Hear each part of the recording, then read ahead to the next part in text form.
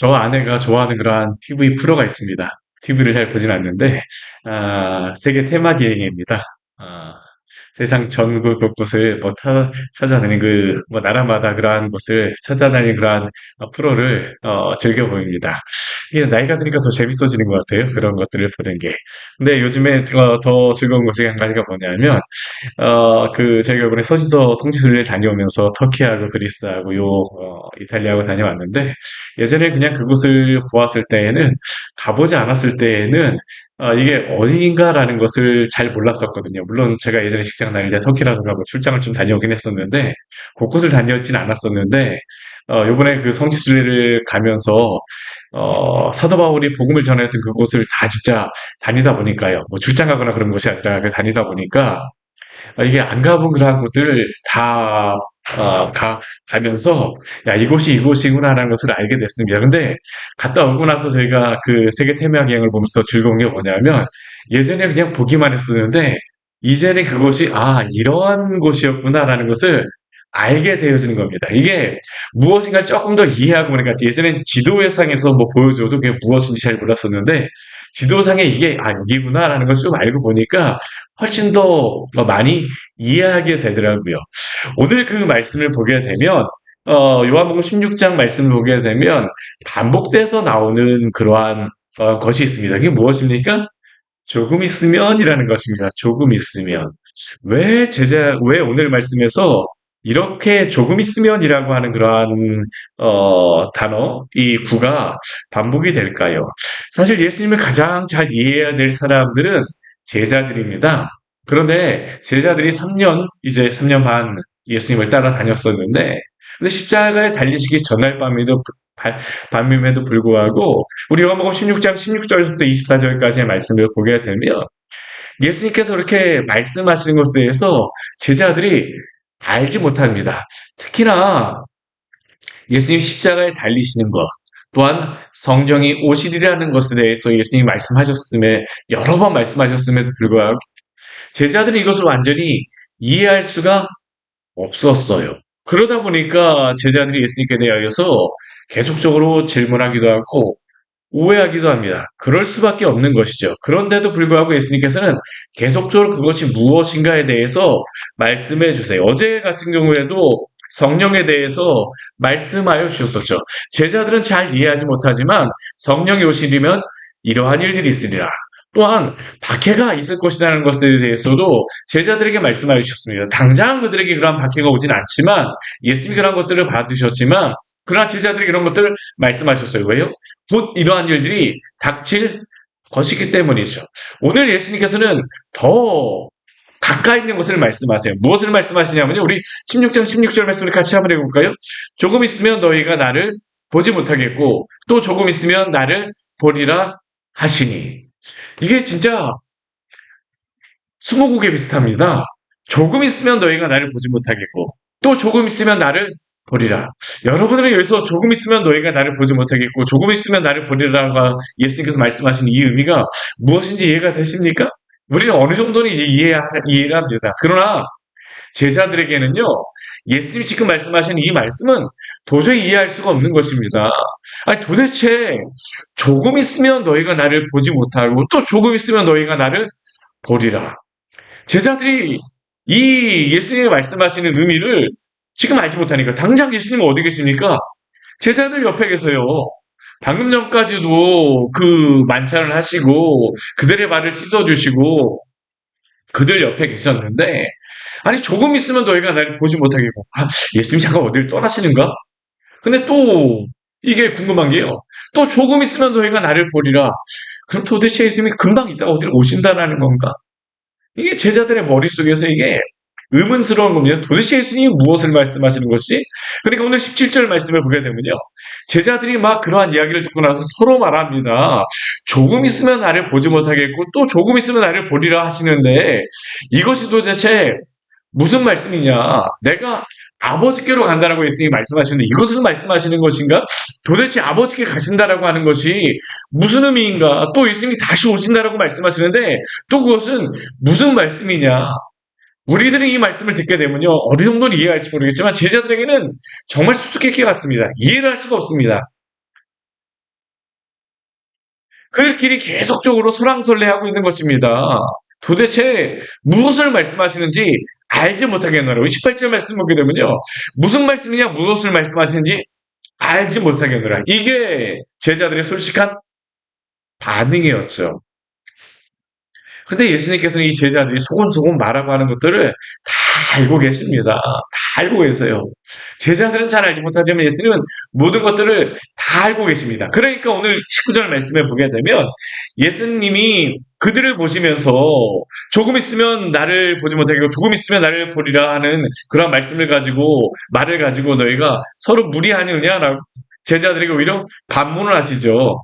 예수님께 질문하지 못하고 이 제자들은 지금 예수님이 떠나신다라는 그런 이야기라고 계속 이러한 것들을 말씀하시니까 두려운 겁니다. 두려운 거예요. 그러니까 막상 예수님께 직접적으로 질문하지 못하고 자기들끼리 설왕설래하면 이게 도대체 이런 의미인가? 저런 의미인가? 이런 의미인가? 저런 의미인가? 근데 예수님이 아예 그냥 그들에게 말씀하시죠. 너희가 이것 때문에 서로 반문하느냐? 근데 오늘 20절 말씀을 보게 되면요. 더욱 예수님께서는 수수께끼와 같은 말씀하십니다. 뭐라고 말씀하십니까? 우리 20절 말씀 같이 한번 읽겠습니다. 내가 진실로 진실로 너희에게 이르노니 너희는 곡하고 애곡하겠으나 세상은 기뻐하리라. 너희는 근심하겠으나 너희 근심이 도리어 기쁨이 되리라. 제자들이 예수님이 말씀하셨을 때 이해했을까요? 우리가 요한복음 말씀을 보게 되면 이 뒷부분을 보게 되면 앞에도 그렇고 예수님과의 대화가 계속 나옵니다. 대부분은 사람들이 질문을 하고요. 예수님이 답변하시는 그런 말씀이고 또 뒷부분도 보게 되면 제자들이 질문하고 예수님께서 답변하시는 말씀입니다. 오늘은 지금은 제자들이 질문도 하지 않았지만 예수님께서 지금 이들이 서로 문의하고 서로 답답해 하시는 것을 아시고 답변해 주셨죠. 무엇이라고 말씀하십니까? 진실로 진실로 너희에게 이르노니. 이 진실로 진실로라고 하는 것은 요한복음의 독특한 표현이죠. 물론 다른 복음서에서 진실로라고 하는 그러한 것은 나오지만 두 번씩이나 진실로 진실로라는 것은 요한복음에서만 예수님이 어떠한 중요한 것들을 말씀하실 때 강조하셨던 것을 사도 요한이 우리에게 전해주는 겁니다. 예수님께서 제자들에게 그들에게 진실로 진실로라고 하면서 알려주고자 하시는 것은 무엇입니까? 너희가 이제 조금 있으면 곡하고 애곡하겠으나 그러나 세상은 기뻐할 거야. 그렇지만 조금 있으면 너희가 근심할 수 있지만 그것 때문에 근심할 수 있지만 너희 근심이 기쁨이 될 거야. 왜 예수님이 이 말씀을 하시겠습니까? 첫 번째 조금 있으면이라고 하는 그러한 의미는 예수님이 십자가에 못 박히실 것에 대해서 말씀하시는 것이죠. 예수님께서 십자가에 못 박히시게 되면 제자들은 곡하고 애곡할 것입니다. 물론 제자들이 이곳저곳으로 흩어져서 도망할 것이지만 그들은 큰 슬픔과 또한 두려움 가운데 휩싸일 것입니다. 예수님을 잃어버린 슬픔, 예수님을 배반한 그러한 자신들의 그러한 어떤 모습을 보면서 슬퍼하고 애통하며 왜 예수님이 이렇게 되었는지에 대해서 그들은 곡하고 애곡하고 슬퍼할 것입니다. 왜냐하면 그들은 예수님을 잃었기 때문이라고 생각하기 때문이죠. 실제로 예수님의 제자들은 숨었고 또한 도망갔습니다. 우리가 누가복음 말씀을 보게 되면요. 엠마오로 내려가는 그 두 제자 있잖아요. 그렇죠? 이 예루살렘에서 엠마오로 내려간다라고 하는 것은 예수님을 떠난다라는 그런 의미, 도망간다는 그런 의미죠. 예루살렘에 올라오는 게 아닙니다. 예루살렘에서 내려가요. 십자가에 달리신 예수 그리스도를 바라보는 것이 아니라 예수님께서 떠나가는 것입니다. 십자가를 바라보는 게 아니라 반대의 길을 가게 되어지죠. 실망으로 그들의 마음이 가득 차서 내려가는 겁니다. 반면 세상은 어떻습니까? 예수님을 십자가에 못 박았다는 것으로 인하여 기뻐합니다. 그 기쁨에 도취하죠. 나사렛의 두목인 예수를 우리가 십자가에 못 박아 죽였다. 그가 십자가에 못 박혔으니 더 이상 이제 그 나사렛 예수를 따르는 사람은 없을 것이다. 그는 나무에 달렸기 때문에 하나님께 저주받은 자라고 그들은 또한 생각을 하며 또한 그의 죽음으로 모든 것이 끝났다라고 그들은 생각할 것이며 또한 자신들의 승리를 축하하며 그것을 믿고 있습니다. 또 그렇게 기록되어 있습니다. 기록될 것입니다. 그런데 예수님의 놀라운 것은 무엇인가? 놀라운 사역은 무엇일까요? 예수님이 다시 부활하시죠. 죽으심으로 끝나지 않습니다. 예수님이 어떻게 하십니까? 부활하십니다. 그리고 예수님의 부활을 인하여 제자들에게 있어질 것은 무엇일까요? 기쁨이죠. 소망이죠. 예수님은 죄로 인하여 죽으신 분이 아니라 우리의 죄를 담당하시고 그 모든 죄를 가지고 죽으셨으나 부활하심으로 말미암아 우리의 모든 죄가 예수 그리스도 안에서 다 해결되어졌다. 이게 바로 제자들이 이제 발견해야 될 그러한 진리입니다. 그리고 제자들은 이것 때문에 목숨을 바치게 되어지죠. 예수가 부활하셨다. 우리의 그런 모든 죄는 예수 그리스도 안에서 해결되어졌다는 것을 그들이 발견하게 되어지니까 그들은 이것을 전하며 또한 이 복음 안에서 그들은 자랑할 것입니다. 그래서 오늘 예수님께서 그들에게 말합니다. 너희는 근심하겠으나 그 근심이 어떻게 되어질까요? 도리어 기쁨이 되리라. 이것은 오늘 우리도 그렇지 않습니까? 예수님을 몰랐을 때에는 예수님에 대해서 그 복음의 진리가 무엇인지를 알지 못했을 때에는 그냥 대충대충 그냥 믿고 신앙생활을 성도들도 합니다. 그러나 예수 그리스도가 나를 위하여 무엇을 하신가를 알았을 때는 어떻습니까? 그 기쁨 때문에 우리가 믿음 안에서 살아갈 수 있는 힘을 얻게 되어지지 않습니까? 예수님이 제자들에게 바로 이것을 말씀하시죠. 진실로 진실로 너희에게 이르노니 너희는 곡하고 애곡하겠으나 세상은 기뻐하리라. 너희는 근심하겠으나 너희 기쁨이 도리어 기쁨이 되리라. 그리고 이것을 예수님께서 무엇으로 비유하시게 되냐면요. 해산의 기쁨으로 표현하십니다. 21절 말씀에 오게 되면 이렇게 말씀하고 있습니다. 우리 21절 말씀 같이 한번 해볼까요? 여자가 해산하게 되면 그때가 이르렀으므로 근심하라. 아기를 낳으면 세상에 사람 난 기쁨으로 말미암아 그 고통을 다시 기억하지 아니하느니라. 아멘.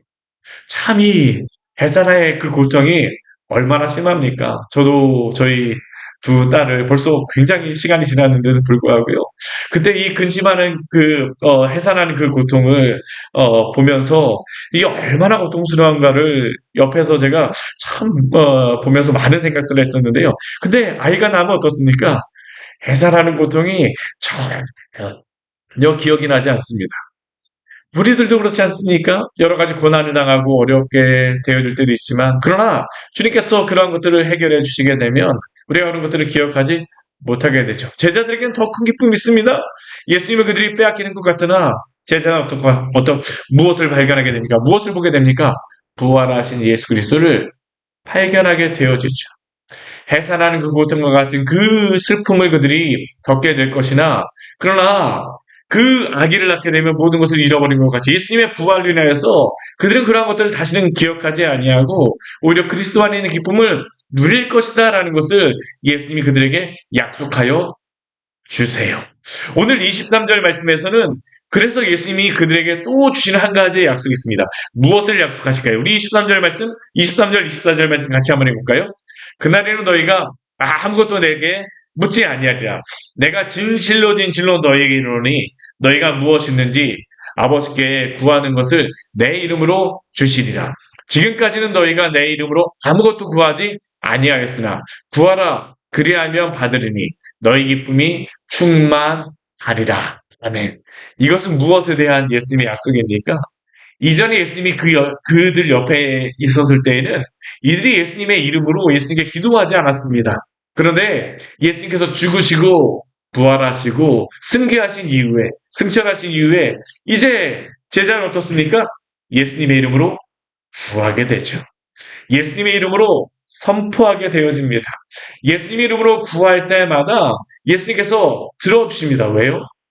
예수님께서 죽으시고 부활하셨기 때문입니다. 또 성령께서 오심으로 말미암아 이 모든 것들을 우리 안에서 이러한 것들을 이루실 것이죠. 예수 그리스도의 그 사역은 무엇입니까?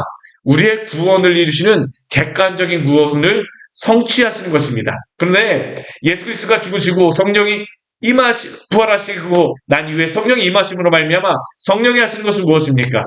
예수 그리스도가 성취하신 그 구원의 객관적인 것이 우리의 것이 되는 줄 믿으시기를 바랍니다. 이제 예수 그리스도를 믿고 주님의 백성이 되어진 자들에게 이 자격 또한 마음껏 할 수 있는 그러한 권리가 무엇일까요? 주님의 이름으로 기도하는 것입니다. 오늘도 주님께서 주님의 이름으로 기도하게 되면 우리의 기도를 들어주시는 줄 믿습니다. 주의 이름으로 구하십시오. 오늘 제자들에게 이 기쁨을 주시는 것이죠. 이제 제자들이 많은 앞에 말씀을 보게 되면 출교도 당하고 박해도 당하는 일들도 있습니다. 근데 이들에게 무엇이 있습니까? 예수님의 이름으로 구할 때마다 그때마다 주님께서 이들에게 힘 주시고 능력 주심으로 말미암아 감당하게 하실 것입니다. 그들이 알지 못하는 그때에는이라고 조금 있으면이라고 제자들에게 예수님이 말씀하셨지만 그러나 이제 제자들은 예수님이 말씀하신 이것이 무엇인가를 분명히 알게 되어지는 것이죠. 오늘도 그렇습니다. 부활하신 주님께서 우리와 함께 하십니다. 성령을 통하여 우리의 기도를 들어주십니다. 오늘도 주님 앞에 기도하며 나아가십시오. 주님 앞에 간절히 기도하며 나아갈 때에 주께서 우리의 기도를 들어주시고 또한 우리와 동행하시며 당신의 그러한 놀라운 구원의 일들을 또한 당신의 놀라운 뜻들을 우리를 통하여서 이루실 줄 믿습니다. 오늘도 그 믿음 안에 살아가시기를 축원합니다. 같이 기도하도록 하겠습니다. 하나님 아버지 오늘 말씀을 통하여서 우리에게 귀한 은혜를 주니 감사를 드립니다. 조금 있으면 예수님께서 하시는 이 말씀을 제자들은 이해를 할 수가 없었습니다. 도대체 이것이 무엇인가? 왜 예수님이 이것을 말씀하시는가? 그러나 예수님께서 죽으시고 부활하시고 난 이후에 지금 예수님께서 이때 예수님께서 제자들에게 하신 이 말씀을 제자들은 기억하게 되었고 또한 이 말씀 그대로 그들은 주님의 그 구원의 의미가 구속의 사역의 의미가 무엇인지를 깨닫게 되었고 또한 여러 가지 고난과 어려움 가운데에서 주님의 이름으로 기도하며 또한 주님의 이름으로 감당하고 인내하며 승리하는 그 삶이 무엇인가를 알게 되었습니다.